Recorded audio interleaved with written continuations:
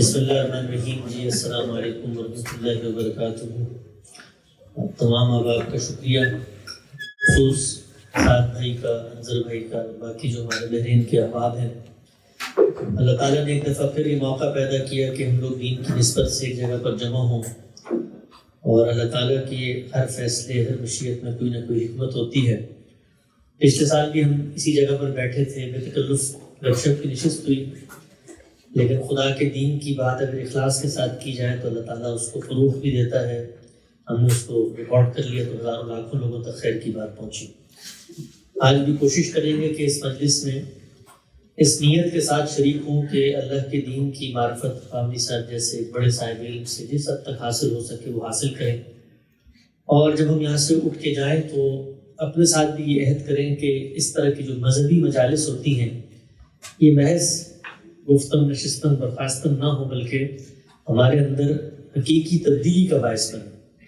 اور ہم نے یہ دیکھا ہے کہ مسلمانوں کے کلچر میں عام طور پہ جو گیدرنگز ہوتی ہیں یہ گیدرنگ ہی بن کے رہ جاتی ہیں، لیکن ان کا جو اصل پیغام، اصل مقصد ہے وہ پیچھے رہ جاتا ہے.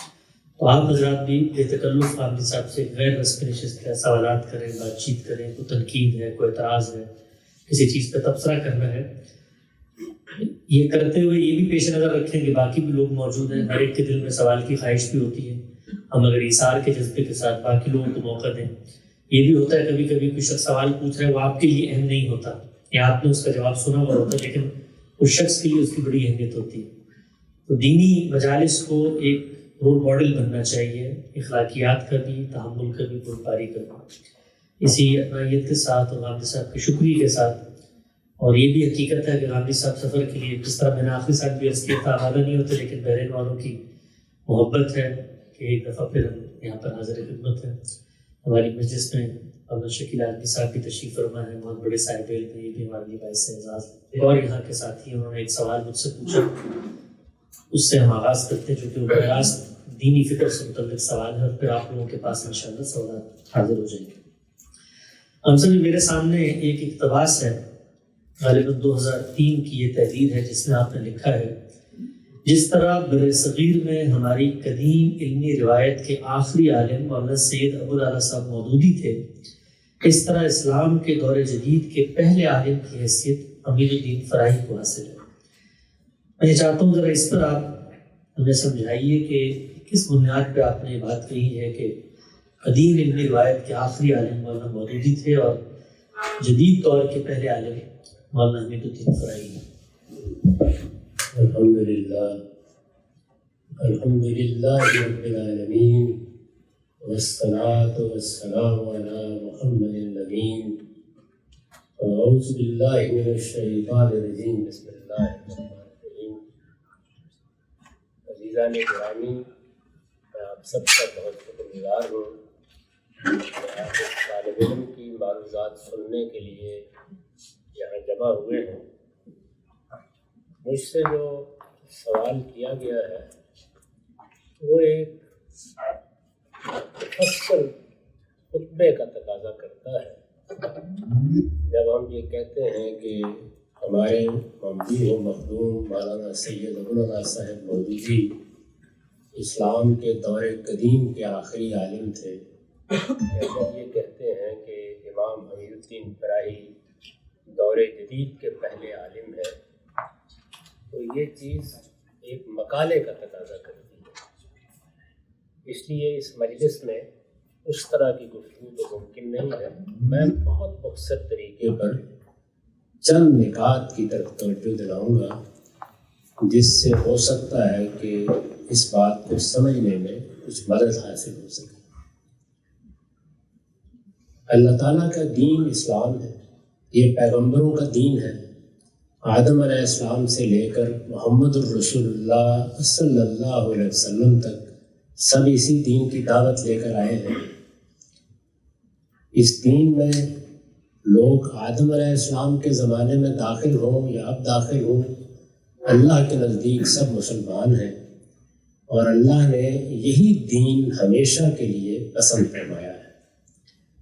انبیاء علیہ السلام جب اس دین کو پیش کرتے ہیں تو بالعموم دو صورتیں وجود میں آ جاتی ہیں.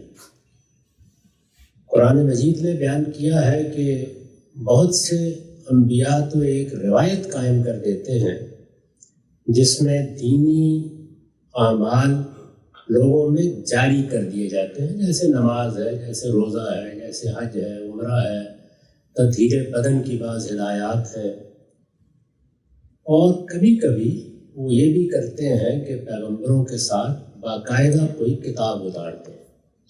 تو بالعموم اس دین کا کانٹینٹ دو ہی چیزوں پر مشتمل ہوتا ہے، ایک اللہ کی کتاب یا کوئی صحیفہ جو تحریری صورت میں لوگوں کو دے دیا جاتا ہے، اور دوسرے انبیاء علیہ السلام کے عمل کی روایت جس کو ہمارے ہاں عام طور پر سنت سے تعبیر کیا جاتا ہے۔ یہ دونوں چیزیں پیغمبر دے کے دنیا سے چلے جاتے ہیں، اس کے بعد انسان نے ان کو سمجھنا ہوتا ہے۔ سمجھنے کا عمل بالعموم فہم کہلاتا ہے۔ فہم میں یہ آپ جانتے ہیں کہ فلسفہ ہو، سائنس ہو، سیاست ہو، معیشت ہو، معاشرت ہو، انسان بہت کچھ اختلافات کر دیتے ہیں۔ ان اختلافات میں پھر مختلف میتھوڈالوجیز وجود میں آ جاتی ہیں، اور ہر میتھوڈالوجی اپنی ایک ہرمینوٹکس رکھتی ہے، یعنی ہم کس طرح کسی چیز کو سمجھیں گے۔ آپ اسے اگر اردو زبان میں تعبیر کریں تو منہاج کہہ سکتے ہیں۔ تو ہمارے ہاں رسالت مآب صلی اللہ علیہ وسلم کے بعد جو بڑے منہاج یا بڑی میتھوڈالوجیز وجود میں آئی، وہ اگر آپ غور کر کے دیکھیں تو بنیادی طور پر 3 ہیں۔ ایک سلفی منہاج ہے۔ سلفی منہاج میں بنیادی حیثیت روایت کو حاصل ہوتی ہے۔ وہ اس طرح اس کو بیان کرتے ہیں کہ اللہ کے آخری پیغمبر دنیا سے رخصت ہوئے، اللہ کے اس آخری پیغمبر نے بھی لوگوں کے پوچھنے پر یا اپنی طرف سے ان کو دین کا علم دیا، وہ روایتوں کی صورت میں بیان ہو گیا ہے۔ پھر اللہ کے پیغمبر کے صحابہ بھی دنیا میں رہے، انہوں نے بھی اسی طریقے سے لوگوں کے لیے علم کی ایک روایت قائم کی جس کو ہمارے ہاں بالعموم آثار سے تعبیر کیا جاتا ہے۔ وہ یہ کہتے ہیں کہ دین کو سمجھنے میں یا دین کا فہم حاصل کرنے میں جو میتھوڈالوجی اختیار کی جائے اس میں یہ ہمارے سلف ہے، یعنی ہمارے بزرگ ہیں، ان کی علمی روایت کو فیصلہ کن رہنا چاہیے۔ تو اس کو سلفی منہاج کہا جاتا ہے۔ یہ میں نے بہت مختصر طریقے سے اس کا تعارف کرا دیا۔ دوسرا ہمارا فقہی منہاج ہے۔ فقہی منہاج میں ایک دوسرے اصول کو بنیادی حیثیت حاصل ہوتی ہے، وہ یہ ہے کہ دین کے فہم کا عمل رسول اللہ سے شروع ہو گیا، صحابہ میں بھی جاری رہا، اس کے بعد بہت بڑے بڑے جورسٹ فقہا پیدا ہوئے، انہوں نے بھی دین کو سمجھا۔ اس سے مسلمانوں کے ہاں 2 طرح کی چیزیں وجود میں آ گئیں۔ ایک ان کے فہم کی وہ چیزیں تھیں جن پر سب کا اتفاق ہو گیا، اور ایک وہ چیزیں تھیں جن میں کہیں کہیں مختلف آراء بھی رہیں۔ یہ سب کا اتفاق ہو گیا، یہ مختلف آراء بھی رہیں۔ صحابہ کرام میں بھی اس کی مثالیں مل جاتی ہیں۔ صحابہ کرام کے بعد مسلمانوں نے جن بزرگوں کو غیر معمولی عزت دی وہ تابعین، تبع تابعین کہلاتے ہیں، ان میں بھی یہ دونوں چیزیں مل جاتی ہیں۔ تو اس فقہی منہاج میں اصل اصول کی حیثیت اجماع کو حاصل ہوتی ہے، یعنی وہ چیزیں جن پر پہلی 2، 3، 4 صدیوں میں اتفاق ہو گیا، وہی اب دین کی انڈرسٹینڈنگ ہے یا دین کا فہم ہے، اس کو بنیادی حیثیت حاصل ہے۔ جیسے سلفی منہاج میں روایت کو بنیادی حیثیت حاصل ہے، اسی طرح فقہی منہاج میں اجماع کو بنیادی حیثیت حاصل ہے۔ وہ اس کو سب سے پہلے دیکھیں گے اور اسی کی روشنی میں کوئی رائے قائم کریں گے۔ اسی ذیل کا ایک تیسرا منہاج یا تیسری میتھوڈالوجی وہ دین کو سمجھنے کا صوفیانہ منہاج ہے، یعنی اس دنیا میں انسان کو اللہ تعالیٰ نے جو عقل و وجدان کی دولت دی ہے، اس کی روشنی میں انسان خدا اور بندے کے تعلق کو سمجھنے کی کوشش کرتا رہا ہے۔ یہ فلسفی بھی کرتے رہے ہیں اور یہ روحانی مزاج کے لوگ بھی کرتے رہے ہیں۔ اس میں اصل کی حیثیت مشاہدے کو حاصل ہوتی ہے، یعنی اگر آپ اپنی تربیت اس طرح کر لیں کہ حقائق کا آپ کو مشاہدہ ہونے لگ جائے، یہ مشاہدہ کبھی سوتے میں رویا کی صورت میں ہوتا ہے، کبھی بیداری میں کسی تجربے کی صورت میں ہوتا ہے، وہ اصل کی حیثیت اس کو دیتے ہیں، اور اسی کی بنیاد پر وہ قرآن کو بھی دیکھتے ہیں، سنت کو بھی دیکھتے ہیں، اور باقی سب چیزوں کو بھی دیکھتے ہیں۔ تو یہ 3 منہاج ہیں، بڑے منہاج یا بڑی میتھڈالوجیز، جن سے ہماری پچھلی 1200 سال کی تاریخ اپنی ایک علمی روایت قائم کرنے میں کامیاب ہوئی ہے۔ اس روایت میں بڑے علماء پیدا ہوئے ہیں، مثال کے طور پر امام غزالی ہے، مثال کے طور پر ابن تیمیہ ہے، ابن قیم ہے۔ اسی طرح بڑے غیر معمولی شخصیات ہماری تاریخ میں گویا ایک علماء کی کہکشاں ہے، جو اس منہاج نے یا اس منہاج کی پوری روایت نے پیدا کی۔ تو جب یہ کہا جاتا ہے کہ مولانا سید ابو العلا صاحب مودودی اسلام کے دور قدیم کے آخری عالم تھے، اس کا مطلب یہ ہے کہ اس منہاج کا ان پر خاتمہ ہوا ہے۔ خاتمہ ہونے کا مطلب یہ ہے کہ انہوں نے اس کی تنقید کر کے اس کو ایک باقاعدہ نظام کی صورت دے کر اس کی عقلی بنیادیں بڑی حد تک ہماری نسلوں پر واضح کرنے کی کوشش کی۔ اس میں جو انہوں نے طریقے اختیار کیے ہیں، وہ طریقے کم و بیش وہی ہیں جو ان مختلف منہاجوں میں اختیار کیے جا رہے تھے۔ وہ اپنی اصل کے لحاظ سے سلفی منہاج کو صحیح سمجھتے ہیں، لیکن پھر اس میں فقہی منہاج کو بھی برتتے ہیں، اور اسی طریقے سے بعض دوسری چیزوں کو بھی سمیٹ کر لاتے ہیں۔ تو یہ کہہ لیجیے کہ ہمارے ہاں ایک تصوف کی روایت ہے، ایک علم کلام کی روایت ہے، ایک فقہ کی روایت ہے۔ اس روایت کے اندر کھڑے ہو کر جب آپ دین کو سمجھتے ہیں اور اس کی تعبیر کرتے ہیں، تو یہ ہمارا دور قدیم کا انداز ہے یا اسٹائل ہے۔ میں مختصر طریقے پر یہ وضاحت غالباً کر سکا ہوں کہ جب ہم یہ کہتے ہیں کہ دور قدیم تو اس سے مراد کیا ہے۔ امام حمید الدین فراہی بر صغیر کے بڑے علماء میں سے ہیں۔ ان کا نام زیادہ نہیں اس لیے عام ہو سکا کہ ان کے کام کی نوعیت کبھی سیاسی نہیں رہی۔ انہوں نے ایک گوشے میں بیٹھ کر کام کیا، 1930 میں دنیا سے رخصت ہو گئے، اور زیادہ کام عربی زبان میں کیا۔ اس کی وجہ سے عام لوگوں کی بھی بر صغیر میں ان تک رسائی نہیں ہو سکی، لیکن بڑے اہل علم ان سے واقف رہے ہیں، بلکہ ان کے اشاعت میں سے رہے ہیں۔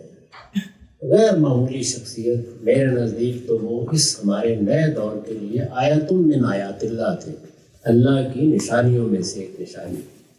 انہوں نے قرآن مجید کو اصل قرار دے کر اس پورے دور قدیم پر تنقید کی ہے، یعنی اس کی ایک کرٹیک ڈیولپ کی ہے، وہ بڑی غیر معمولی ہے۔ اس سے اصل میں ایک نئے دور کی ابتدا ہوئی ہے۔ ان کے 2 بہت غیر معمولی شاگرد تھے، ایک مولانا اختر احسن اصلاحی، دوسرے مولانا امین احسن اصلاحی۔ مجھ کو بھی مولانا امین احسن کی شاگردی یا ان کے تلمذ کا شرف حاصل ہے۔ تو امام حمید الدین فرائی کو اس لحاظ سے اسلام کے دور جدید کا پہلا عالم کہا جاتا ہے۔ یہ تعبیر بر صغیر کے ایک جلیل القدر عالم، جن کو علامہ اقبال خانوادہ علماء کا آخری چشم التراب کہتے تھے، مولانا سید سلیمان ندوی نے امام فرائی کی وفات پر جب مضمون لکھا ہے تو اس میں اختیار کی تھی۔ تو اسی ذہن میں نے اس کا کہیں ذکر کیا۔ بہت شکریہ جی۔ آپ مجھ سے بات کر رہے تھے تو اللہ یہی ہوا تھا کہ آواز بہت اچھی ہے آپ کی، مائک کی ضرورت پڑ گئی۔ میں نے آپ سے سوال پوچھا تھا کہ پاکستان نے حال ہی میں اعلان کیا کہ انشاءاللہ 3 سالوں میں پورا جو بینکنگ کا نظام ہے وہ اسلامک ہو جائے گا، جس طریقے پاکستان کرے گا۔ تو اس سلسلے میں میرے 2 سوال ہیں۔ پہلا سوال ہے کہ ابھی جو بینک پاکستان میں کہتے ہیں کہ اسلامک بینک ہے، آپ کے خیال میں وہ ایکچولی کمپلیٹلی اسلامک بینک ہیں یا ان کو دائیاں ہیں؟ اور دوسرا یہ ہے کہ یہ 3 سال کا جو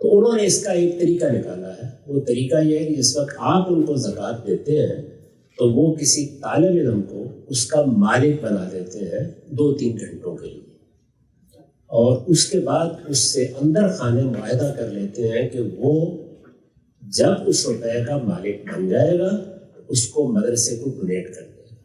تو اس طرح وہ زکوٰۃ کو تملیک کے مرحلے سے گزار کے ڈونیشن بناتے ہیں. تو اسلامک بینکنگ بھی اسی طرح کی چیز ہے. تو میرا خیال ہے میں شاید اپنی بات سمجھا سکوں. زکوٰۃ کا حلالہ ہو گیا. یہ ہر مدرسے میں ہوتا ہے. آپ جب ہسپتالوں کو دیتے ہیں یا اور اس طرح کے اداروں کو دیتے ہیں، ہر جگہ یہی صورتحال ہے. اس وقت پاکستان میں چونکہ پابند کر دیا گیا ہے کہ کسی ادارے میں بھی جب آپ زکوٰۃ دیں گے تو وہاں پر علماء کا ایک بورڈ اس کے لیے طے کرتا ہے. اس میں سب سے بڑا مسئلہ یہی، اس کو تملیغ کہتے ہیں، یعنی یہ حلالہ ہر جگہ کرنا پڑتا ہے ان کو. اس کے بغیر زکوٰۃ مدرسے کے لیے، زکوٰۃ ہسپتال کے لیے، زکوٰۃ ڈسپنسری کے لیے، اور ہمارے جلیل القدر استاد کے الفاظ میں کسی لاوارث مردے کے لیے بھی جائز نہیں ہوتی، کیونکہ اس کو پہلے زندہ کرنا پڑے گا، پھر مالک بنانا پڑے گا، پھر کفن دفن دینا پڑے گا. تو یہ صورت ہے. سر میرا کاشف محمود ہے اور میں اجازت چاہوں گا آپ سے کہ میں ایک چھوٹی سی تنقید کر سکوں، اور دو میرے سیم نوعیت کے سوال ہیں آپ کا آنسر دیں. سر تنقید چھوٹی سی یہ ہے، مطلب میری حیثیت نہیں ہے آپ کے لیے تنقید کرنا، لیکن سر آپ کو لگتا ہے کہ یہ بات آپ کو نہیں کہنی چاہیے. ہر شخص یکساں حیثیت رکھتا ہے، ہر شخص طالب علم ہے، اور تنقید ہی زندگی ہے. اگر آپ تنقید کریں گے نہیں تو اس کے نتیجے میں علم آگے نہیں بڑھے گا. تو اس لیے حوصلے کے ساتھ تنقید کیجیے، اس کے لیے کوئی معذرت کرنے کی ضرورت نہیں. سر آپ جو لینگویج استعمال کرتے ہیں، مطلب پیور اردو استعمال کرتے ہیں، اس میں ایسے الفاظ استعمال کرتے ہیں، آپ کو لگتا ہے کہ جو جنریشن 2000 کے ایرا میں بڑی ہوئی ہے وہ تھوڑی سی کٹ آف ہو جاتی ہے آپ کی کمیونیکیشن سے؟ مطلب جو انگلش میڈیم والے بچے ہیں وہ تھوڑا سا کٹ آف ہو جاتے ہیں آپ کی گفتگو سے، آپ کو سمجھنے کے لیے. یہ تنقید ختم ہو گئی. یہ تو وہی ہوا کہ تھی خبر گرم کے غالب کے اڑیں گے پرزے، دیکھنے ہم بھی گئے پر تماشا نہ ہو. کیا تنقید کیا آپ نے؟ کیونکہ سر ٹیکنیکل کوئی بھی وہ یوٹیوب پہ آپ کا نام لے کے سرچ کریں تو اس کا جواب مل جاتا ہے. تو یہ وہ بات ہے. میرے کام کی نوعیت عوامی نہیں تھی، میں نے خالص علمی کام کیا ہے. اس کی اپنی ایک زبان ہوتی ہے، اور کوئی علمی کام بھی پہلے مرحلے میں عوام تک نہیں پہنچتا، اس کو کچھ مراحل سے گزرنا پڑتا ہے. میرا خیال ہے کہ اب اس کے اللہ تعالیٰ نے بہت اسباب پیدا کر دیے ہیں، ایسے ذرائع پیدا کر دیے ہیں کہ میں خود حیران ہو جاتا ہوں. میں ذرا پرانی طرز کا آدمی ہوں، جب میں ان لوگوں کو دیکھتا ہوں کہ اب میں نے، آپ کے علم میں ہوگا کہ اپنے اوپر ہونے والے جو بڑے علمی اعتراضات ہیں وہ 23 اعتراضات تھے، ان پر ایک سیریز شروع کر رکھی ہے، 23 اعتراضات سیریز. اور میں دیکھتا ہوں ساری انگریزی میں ٹب ہو گئی. دنیا کی دوسری زبانوں میں بھی اسی طرح بیان کیا جا رہا ہے. میں ابھی آ رہا تھا جب ڈیلس میں، تو مجھے بتایا گیا کہ غالباً چند برسوں میں ہم چین میں بھی اس کو پورا کا پورا پیش کر دیں گے. تو اس لیے یہ اب پرانی باتیں ہیں جو آپ فرما رہے ہیں، اگلے وقتوں میں یہ باتیں نہ کریں، دنیا تبدیل ہو گئی. سر سوال میرا اس نوعیت کا ہے کہ یہاں پر جب ہم مکس کمیونٹی میں رہتے ہیں تو آپ کا تھوڑا سا انٹلیکچوئل فن جو ہے وہ تھوڑا ڈفرینٹ ہو جاتا ہے. آپ پاکستانی مائنڈ سیٹ کو سم ٹائم چیلنج کرتے ہیں. تو جو آپ کی یہاں پر لوکل کمیونٹی ہوتی ہے، جو پاکستانی کمیونٹی ہے، اس میں تھوڑا سا جو ہے نا آپ تھوڑا سا ہٹ جاتے ہیں، سائڈ پہ ہو جاتے ہیں، ڈفرینٹ پوائنٹ آف ویو کی وجہ سے تھوڑا سا آپ کو وہ تنقید کا نشانہ بھی بننا پڑتا ہے، مذاق کا بھی نشانہ بنتے ہیں آپ. اور سر اس چیز کو، مطلب آپ سے بہتر کوئی نہیں چاہتا کہ تنقید کو کیسے ہینڈل کرتے ہیں. سر اس میں آپ کیا ایڈوائز کریں گے کہ بینگ اے انٹلیکچوئل آپ کو کس طرح سے اس سچویشن کو ہینڈل کرنا چاہیے جس میں آپ ہارٹ بروکن بھی ہو رہے ہیں، سم ٹائم بڑے خاص دوست آپ کو اس طرح کی بات کر رہے ہیں اور خود بھی آپ میں تھوڑا ڈپریس ہو رہے ہیں. میرے خیال میں انسان کو ہر حال میں حقیقت پسند ہونا چاہیے. آپ جس ماحول میں ہیں، جن لوگوں میں ہیں اور جس قوم سے تعلق رکھتے ہیں، اس کو آپ چشم زدن میں تبدیل نہیں کر سکتے. اس میں لوگوں کے تنقید کرنے کے طریقے ہیں، اس میں ان کے رد عمل ظاہر کرنے کے طریقے ہیں، وہ ویسے ہی رہیں گے. آپ اپنے آپ کو اس صورتحال سے سازگار بنائیے، اور اس کا طریقہ یہ ہے کہ آپ کبھی دوسروں پر حملہ آور نہ ہو، کبھی فتح و شکست کی ذہنیت میں مبتلا نہ ہو، اپنی بات سلیقے کے ساتھ کہیں، جب کہیں ریزننگ کے ساتھ کہیں، دوسرے کی بات کو ہمیشہ سننے کے لیے تیار رہیں، اور کسی پر تنقید اس وقت تک نہ کریں جب تک آپ اس کے موقف کو بہت سے سوالات کر کے بہت اچھی طرح نہ سمجھ لیں۔ تو اپنے اندر یہ تبدیلیاں پیدا کر لیجئے۔ میں آپ کو اطمینان دلاتا ہوں کہ اس کے بعد آپ چاہیں گے کہ آپ کو غصہ آئے، آپ کی خواہش ہوگی کہ آپ کے دل میں رد عمل پیدا ہو، آپ ناکام ہو جائیں۔ تو اپنی تربیت اس طرح کر لینی چاہیے۔ دنیا نہیں تبدیل ہوتی، ہمیں اس کے ساتھ سازگاری اختیار کرنا ہوتی ہے۔ آپ نے ابھی بتایا کہ آپ کا جو کام ہے خالص علمی ہے، علمی تھا، لیکن ایسا وہ عوامی ہوتا جا رہا ہے، اسی لیے لوگ کا جو عوام جو ہے آپ کو فالو کر رہی ہے۔ تو اس سلسلے میں یا عوام کی بدبختی ہے دونوں میں سے کوئی ایک چیز تو ہے۔ میرا جو سوال سے پہلے بھی ہوا ہے تو وہ یہ ہے کہ آپ کو نہیں لگتا کہ یہ جو عوام آپ کو فالو کر رہی ہے، سمجھتی ہے، وہ بڑی اسپیسیفک ہے؟ اس وقت جو لوگ بیٹھے ہوئے ہیں یہ سارے مڈل کلاس سے اوپر کے لوگ ہیں، یا تو یہ امیر لوگ ہیں یا یہ زیادہ سمجھدار لوگ ہیں۔ تو ایون پاکستان کی جنرل کمیونٹی میں آپ دیکھیں تو آپ ادھر کہیں فٹ نہیں ہوتے، یا لوگ آپ کو اتنا زیادہ شاید وہ فالو نہیں کرتے۔ اس کو آگے بڑھانے کے لیے آپ کیا سوچتے ہیں کہ آپ کو کیا کرنا چاہیے؟ یا تو آپ کا جو اپروچ ہے وہ ہے بڑی مشکل، یا اس کو آسان آپ کرتے نہیں ہیں یا کر نہیں سکتے، یا یہ اس طرح کے لوگ اتنی ریشو میں ہر کمیونٹی میں اتنی رہتے ہیں، یہ ایسی رینج ہے، لیکن آپ کیونکہ ایک وہ مذہب سے نکل کے اب آپ کو کنسٹرکٹیو ڈائلاگ، ہسٹری اور سوشل اسٹڈی اور پالیٹکس ہر چیز میں آپ آتے جا رہے ہیں اور آپ بڑے اس میں مؤثر ہیں، تو آپ کو نہیں لگتا کہ اس کو مزید کچھ پڑھایا جائے یا کس طرح پروموٹ کیا جائے، کس طرح پیوریفیکیشن لے کے آئیں پاکستان کے دوسرے حلقوں کے ساتھ، ان کے ساتھ آپ بیٹھ سکیں، وہ آپ کے ساتھ بیٹھ سکیں، لیکن وہ لگتا ہے دوری جتنی تھی اتنی ہے ابھی۔ یہ آپ کی دلچسپی کی چیز ہے، اور میں آپ کی اس دلچسپی پر کوئی منفی تبصرہ نہیں کرنا چاہتا، بڑی فطری بات ہے، ایسی بات آپ کو سوچنی چاہیے اور لوگ بھی سوچیں گے۔ تاہم میرا معاملہ بہت مختلف ہے، میں نے دین کو سمجھنے کا عمل بھی اپنے لیے کیا ہے، میں اس کو بیان بھی اپنے لیے کرتا ہوں۔ میری ساری زندگی کا خلاصہ یہ ہے، میرے جلیل القدر استاد یہ فرمایا کرتے تھے کہ کبھی پیالے کو ڈھیلنے کی کوشش نہ کرو، اسے بھرنے کی کوشش کرو، وہ جب کناروں تک پہنچے گا تو خود ہی باہر چلا جائے گا۔ اور میرے خیال کے مطابق جو پیور نالج ہے اس کا پہلا مرحلہ ہوتا ہی اس طرح کا ہے، اس میں یہ ممکن نہیں ہوتا کہ آپ اس کو عوام تک لے جائیں۔ اس وقت جو مسلمانوں کا قدیم مذہبی فکر ہے کہ آپ کا خیال یہ ہے کہ وہ اعلیٰ سطح پر عوام میں چلا گیا ہے، یعنی کتنے لوگ ہیں جو مثال کے طور پر امام غزالی کو پڑھتے ہیں، کتنے لوگ ہیں جو ابن تیمیہ کو پڑھتے ہیں؟ ایسا نہیں ہوتا۔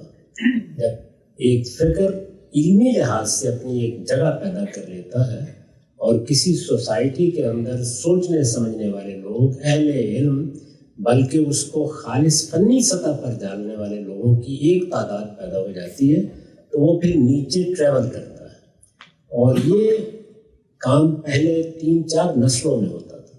مثال کے طور پر ہمارا جو قدیم فکر ہے وہ پہلی صدی سے پیدا ہونا شروع ہوا، دوسری صدی کے وسط میں جا کے پھر وہ ٹریول کرنا شروع ہوا، 5ویں صدی میں کہیں جا کر اس نے عامت الناس میں اپنی جگہ بنائی ہے۔ تو پہلے تو اتنا وقت لگ جاتا تھا، لیکن اب چونکہ ابلاغ کے ذرائع بڑے غیر معمولی ہو گئے ہیں تو اس لیے زیادہ وقت نہیں لگے گا۔ اس طریقے کو کبھی تبدیل نہیں کرنا چاہیے، یہی طریقہ دنیا میں ہمیشہ رہا ہے۔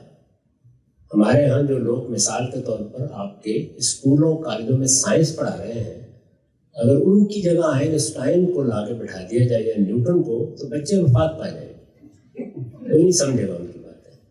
تو یہ ایسے ہی ہوتا ہے، ہر فن میں اور ہر علم میں اسی طرح ہوتا ہے، اس لیے زیادہ اس میں فکر مندی کی بات نہیں ہے۔ میرا تو جہاں تک تعلق ہے، مجھے تو یہ بھی خیال نہیں تھا کہ کوئی میری گلی کے باہر کے 2 لوگ بھی میری زندگی میں میری بات سمجھ جائے گی. تو اس لیے مجھے نہ کوئی زیادہ توقعات ہوتی تھیں نہ ہے. آپ کو ہیں تو میں آپ کے حق میں دعا گو. سر 2 سوال ہیں. ایک آپ نے کہا کہ یہ سلفی منہاج میں مولانا ابراہیم جدید عالم پہلے جدید عالم کیا، اور یہ مطلب لیگیسی آگے چلے مولانا اصلاحی اور پھر آپ کی صورت کیا جو فقہی منہاج ہے اس میں کوئی جدیدیت آئی یا وہی ایک قدیم تسلسل جو ہے وہ جاری ہے؟ اگر آئی تو کون سے آپ عالم کو سمجھتے ہیں کہ یہ جدید فقہی روایت کے پہلے آتے ہیں؟ دوسرا ایک پریکٹیکل قسم کا کویشچن ہے. جو بزنس کے ماہر لوگ ہیں وہ اپنے کاروبار کے پیچ و خم سمجھتے ہیں، اتار چڑھاؤ دیکھتے ہیں، مختلف پیرامیٹرس کو کنسیڈر کرتے ہیں اور پھر اسٹاک ایکسچینج میں کچھ نہ کچھ انویسٹ کرتے ہیں یا اس سے فائدہ لیتے ہیں. لیکن کچھ لے مین بھی ہوتی ہیں میرے جیسے جن کو کوئی علم نہیں ہوتا ہے، ایسے کسی نے کہہ دیا کہ ٹیسلا کے شیئر خرید لو اور ہم نے بیچ دو بیچتے ہیں. کیا یہ چیز جو ہے اس قسم کی اپروچ میں اسٹاک ایکسچینج اور گیمبلنگ کہیں نہ کہیں اوور لیپ ہوتی ہے یا نہیں؟ دوسرے سوال کا جواب میں پہلے دے دیتا ہوں. دیکھیے، جب آپ کاروبار کرتے ہیں تو کاروبار اپنی ذات میں بالکل جائز عمل ہے. اس میں یہ دیکھنا کہ کیا میں کاروبار کرتے ہوئے کسی کو دھوکہ تو نہیں دے رہا، میں کسی کو لازمی نقصان تو نہیں پہنچا رہا، جیسے کہ جوا کھیلنے والا دوسرے کو لازمی نقصان پہنچانے کے لیے بیٹھتا ہے. یہ آپ کے اپنے ضمیر کا فتویٰ ہے. لہذا جس کاروبار میں بھی آپ مصروف ہیں اس کو اس بنیادی اخلاقی پہلو سے دیکھتے رہیے. رسول اللہ نے اسی کی تعلیم دی ہے. اور دیکھیے، بڑی اچھی اصطلاحات استعمال کی جاتی ہیں اس کو سمجھانے کے لیے کہ کسی کو دھوکہ نہ دیں، کسی کے ساتھ فریب نہ کریں، کسی کو نقصان نہ پہنچائیں، کوئی ایسا معاملہ نہ کریں جس میں آپ کا تو ہر حال میں نفع ہو اور دوسرے کو آپ نے ایسا نقصان پہنچا دینا پیش نظر رکھا ہو کہ وہ اس سے اٹھ ہی نہ سکے. تو یہ وہ چیزیں ہیں جس کو ہر آدمی جانتا ہوتا ہے. اس میں بعض چیزیں بڑی ٹیکنیکل سی ہو جاتی ہیں. وہ اگر کوئی ایسی چیز کسی جگہ پہ موجود ہو اور آپ اس کی وضاحت کریں تو ہمارے جیسے طالب علم اس پہ رائے دے دیں گے. لیکن عمومی طور پر اسٹاک ایکسچینج کا کاروبار بھی ایک کاروبار ہے. آپ اطمینان کے ساتھ اس میں روپیہ لگائیے. جہاں کہیں آپ کو کھڑک محسوس ہوتی ہے اس کو سمجھنے کی کوشش کریں. اگر اس کو سمجھ کر آپ خود فیصلہ کر لیں تو اللہ تعالیٰ کے یہاں سرخرو ہے. اور اگر اس میں کوئی مشکل پیش آ رہی ہو تو اس کو ہمارے سامنے یا کسی اور صاحب علم کے سامنے یا کسی طالب علم کے سامنے آپ بیان کریں گے تو آپ کو سمجھا دے گا. عمومی طور پر وہی بات ہے جو قرآن میں کہی ہے کہ اللہ نے کاروبار کی سب صورتیں جائز رکھی. تو اصولی بات یہی ہے، کہیں کوئی خرابی آپ کو محسوس ہوتی ہے، کھٹک محسوس ہوتی ہے، اس پہ تھوڑی تحقیق کر لیجیے، اس سے زیادہ کچھ نہیں. جو آپ نے پہلی بات کہی ہے اس میں میرا خیال یہ ہے کہ وہ میری کلمہ بیانی ہوگی، میں بات سمجھا نہیں سکا. سلفی، فقہی اور صوفیانہ منہاج، یہ تینوں کے تینوں ہمارے قدیم فکر یا روایت کو پیدا کرتے ہیں. اس میں نیا آدمی پیدا ہو ہی نہیں سکتا. امام فراہی ان میں سے کسی کے عالمی نہیں ہے. انہوں نے ایک نیا منہاج، نئی میتھڈالوجی کو وجود بخشا ہے جس میں قرآن کو بنیادی حیثیت حاصل ہے. تو یہ اس طرح ہم سب ایک تاثر ہے، پلیز اس کی اصلاح فرمائیے. تنقید تو نہیں ہے نا؟ نہیں جی، خیر ہے. تنقید کے جو مقاصد ہوتے ہیں وہ پورے نہیں ہوتے آپ کا تنقید. نہیں آپ کو تکلیف کر. جی، تو عرض یہ ہے کہ جب آپ قرآن پاک پڑھتے ہیں تو آپ کو تاثر ملتا ہے کہ قرآن پاک ایک کتاب ہے جو نازل کر دی گئی. تو ایک لگتا ہے جیسے اس کا ایک وقت مقرر تھا، اس ٹائم کے اوپر تو نازل ہو گئی. اور اس کے بعد آپ جب دیکھتے ہیں تو کافی سارے کانٹینٹس قرآن میں آپ کو سچویشنل لگتے ہیں. مثلا کسی نے یہ سوال پوچھا، اس کے جواب کے اندر وحی نازل ہو گئی.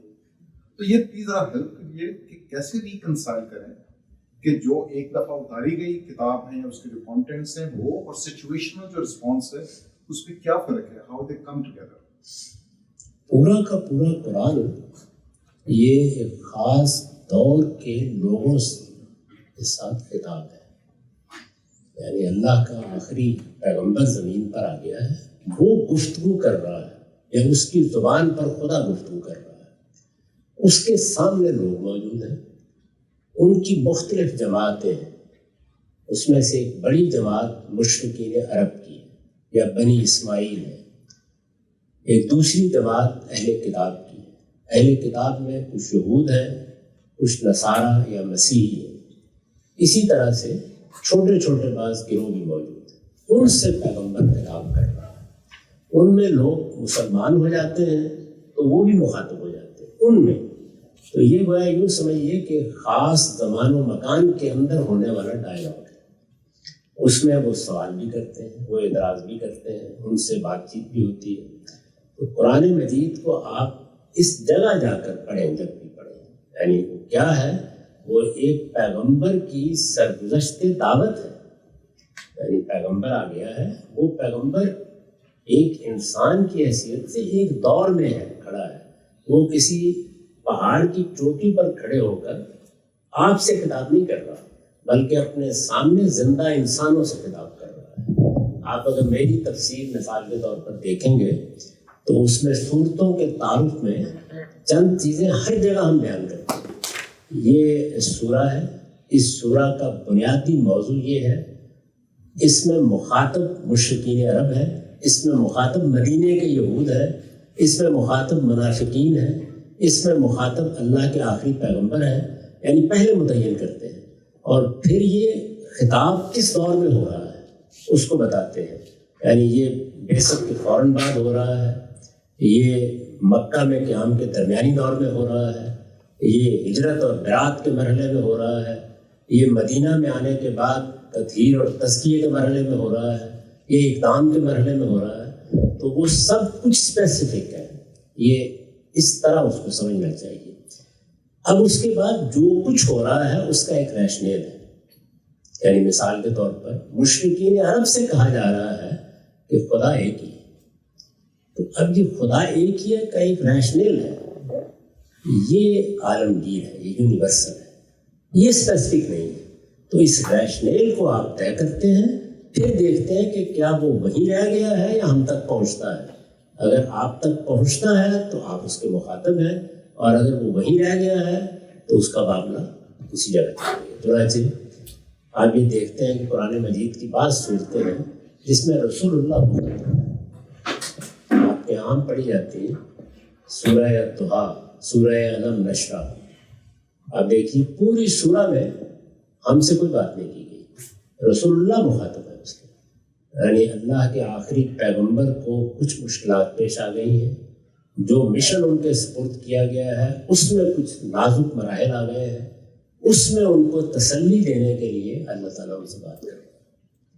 اسی طرح کا معاملہ بعض اور صورتوں کا جس میں مثال کے طور پر رسول اللہ کی ازواج مطہرات مخاطب ہے، یعنی سورہ احزاب کا ایک بڑا حصہ انہی کو خطاب کر کے، یا نساء نبی سے وہ خطاب شروع ہوتا ہے، اے نبی کی بیوی، تو اس لیے جو چیز ان سے متعلق ہے وہ وہاں رہ جائے گی، جو ہم سے متعلق ہے وہ اپنے ریشنل کی بنیاد پر ہم تک پہنچے گی، یعنی اس کی بنیاد کون سا عقلی مقدمہ ہے، کون سی علت ہے، بات کس مقصد سے کہی گئی ہے، اس کو متعین کر کے، تو اس طرح قرآن اپنے میسج کے لحاظ سے قیامت تک کے لیے اللہ کی دعوت بن جاتا ہے، اور اپنے پیغام کے لحاظ سے وہ ان لوگوں کو خطاب کر رہا ہے جس وقت اس کے سامنے ہے۔ یہ ٹو فولڈ پہلو کو اگر آپ سامنے نہیں رکھیں گے تو اپنے آپ کو بڑی مشکلات میں مبتلا کر لیں گے۔ یہی وہ وجہ ہے کہ لوگ بالعموم قرآن کھولتے ہیں تو ان کی سمجھ میں نہیں آتا، وہ یہ جاننے کی کوشش نہیں کرتے، تو میں محض سمجھانے کے لیے بات کر رہا ہوں کہ ہم نے جس کتاب کو کھولا وہ شیکسپیئر کا ڈرامہ ہے، اس کو پہلے اس ڈرامے کے کرداروں میں جا کے سمجھا جائے گا، پھر میسج ہم تک پہنچے گا، تو اگر آپ نے اس کو نظر انداز کر دیا آپ نہیں سمجھ سکتے۔ جس فالو اپ کوشچن، تو جب اللہ تعالیٰ کہتے ہیں انا انزلناہ فی لیلۃ القدر، تو وہ جو چیز نازل ہوئی اس کے کانٹینٹس اور پھر سچویشن کانٹینٹس کمبائن تھے، وہاں پہ وہ فعل استعمال ہوا ہے ابتدائے فعل کے معنی میں، اس کا ترجمہ کرنا چاہیے، ہم نے اس کو نازل کرنا شروع کیا، نازل ہونے کا عمل تو 23 سال میں مکمل ہوا ہے۔ اسی سے ملتا جلتا سوال ہے کہ جب آپ قرآن پڑھتے ہیں اور مثلاً آپ سورہ بقرہ کی آیت 62 لیتے ہیں، یہاں پر ہے کہ اگر آپ خدا پہ یقین رکھتے ہیں، آخرت پہ رکھتے ہیں اور اچھے اعمال کرتے ہیں تو اہل کتاب کا ذکر ہے اور ساتھ میں سابق کا بھی ذکر ہے قوم کا. تو اگر یہ اس کانٹیکسٹ میں آیا ہے اس وقت، تو اگر اچھے اعمال، خدا پہ یقین اور آخرت پہ یقین کوئی بھی اور مذہب میں کوئی شخص رہتا ہوا کرتا ہے تو کیا وہ اس ڈیفینیشن کو پورا کرتا ہے؟ مثلاً اگر ایگزامپل لیتے ہیں ہندوؤں کی، اور ہندوؤں میں کوئی ہے اور وہ اس دور میں ہے اور خدا پہ یقین رکھتا ہے کہ ایک خدا ہے اور اچھے اعمال بھی کرتا ہے اور آخرت پہ بھی یقین رکھتا ہے، تو اس ڈیفینیشن میں کیا وہ بھی آتے ہیں؟ اور اسی سے مل کر سوال یہ ہے کہ اس وقت جب یہ قرآن نازل ہوا تھا تو ذکر یہ بھی ہو رہا ہے کہ جو اہل کتاب ہیں جیسے عیسائی تھے تو وہ تو اس وقت شرک کر رہے تھے، خدا کا بیٹا کا قسم لے کے آ چکے تھے، پھر بھی ان کو وہ ذکر اس میں کیا گیا ہے، تو وہ کس کانٹیکسٹ میں؟ اس پہ مسلمانوں کا بھی ذکر ہے. یہ آیت شروع ہی بقرہ میں بھی اور مائدہ میں 2 جگہ ہے نا یہ آیت، تو دونوں جگہ وہ ان الذین آمنوا سے شروع ہوتی ہے، یعنی مسلمان ہوں، یہودی ہوں، نصارہ ہوں، سابئی ہوں، مجوس ہوں، کوئی بھی ہو، قرآن نے اپنی دعوت پیش کی.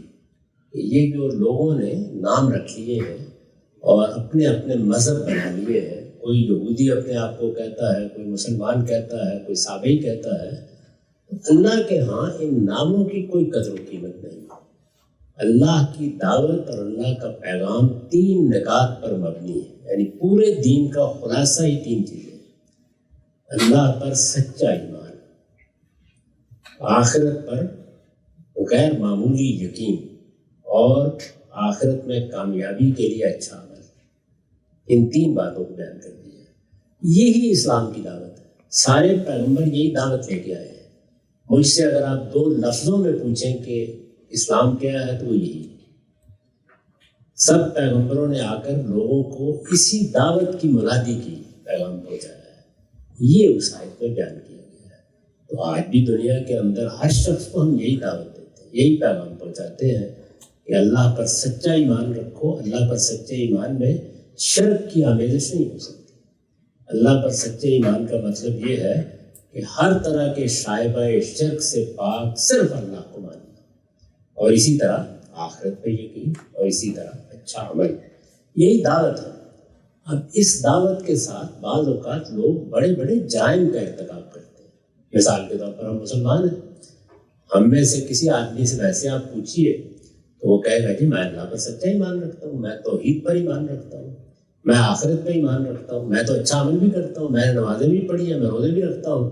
آپ کہتے ہیں کہ بھئی اس کے ساتھ تو آپ نے فلاں آدمی کے پلاٹ پہ قبضہ کیا ہوا ہے.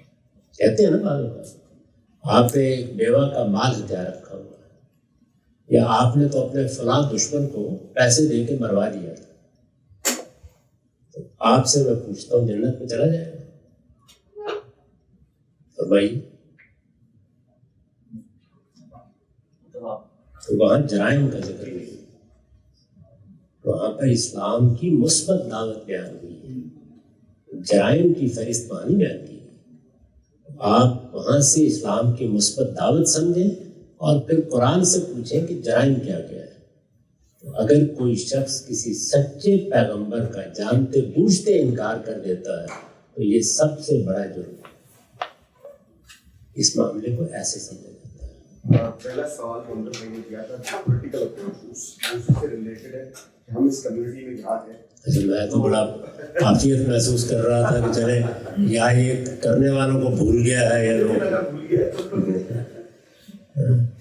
خصوصی طور پہ ہم جو یہاں موجود ہیں جو پاکستانی ہوتے ہیں ان کو بڑی مشکلات کا سامنا کرتا ہے. سوال ہے کہ اگر آپ پریسائز ریمائنڈر ہے کہ وہ اگر آپ اس پہ